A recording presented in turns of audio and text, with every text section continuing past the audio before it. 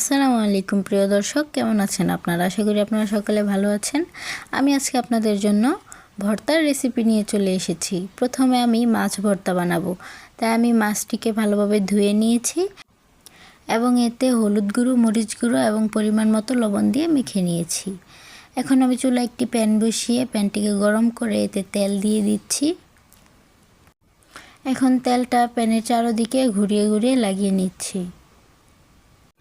তেল গরম হয়ে গেছে, এ পর্যায়ে আমি মাছগুলো দিয়ে দিব। আমি চুলা লো ফ্লেমে রেখে মাছগুলোকে উল্টিয়ে পাল্টিয়ে ভেজে নিচ্ছি। এই তো মাছগুলো ভাজা হয়ে গেছে। এখন আমি ডাল সিদ্ধ করব ডালের ভর্তার জন্য, তাই আমি এখানে কিছু ডালও নিয়ে নিয়েছি। এখন ডালগুলোকে ভালোভাবে ধুয়ে চুলায় বসিয়ে দিয়েছি। এই তো সিদ্ধ হয়ে গেল। ডাল থেকে পানিটা আমি একদম শুকিয়ে নিয়েছি। এখন আমি মাছ ভর্তার জন্য ভেজে রাখা মাছগুলো একটু একটু করে বেছে নিচ্ছি এবং এর থেকে কাটা ছাড়িয়ে নিচ্ছি। এই তো দেখতেই পাচ্ছেন আমি সুন্দরভাবে কাটা ছাড়িয়ে মাছগুলো ছুটিয়ে নিচ্ছি। এই পর্যায়ে আমি মাছগুলোকে ভালোভাবে ভেঙে নেব। এখন আমি ভর্তার জন্য মরিচ গুঁড়ো করে নেব। মরিচের মধ্যে একটু লবণ দিয়ে মরিচটা আমি ভালোভাবে মেখে নিচ্ছি। এখন এতে আগে থেকে কুচি করে রাখা পেঁয়াজ দিয়েও ভালোভাবে মেখে নেব। এই তো মেখে নেওয়া হয়ে গেছে। এখন আমি দুইটা ভর্তার জন্য পেঁয়াজগুলো আলাদা আলাদা করে নিচ্ছি।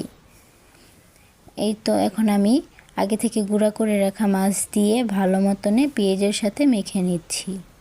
প্রিয় দর্শক, আমার ভিডিওগুলো যদি আপনাদের কাছে ভালো লাগে তাহলে অবশ্যই আমার চ্যানেলটিকে সাবস্ক্রাইব করে দিবেন।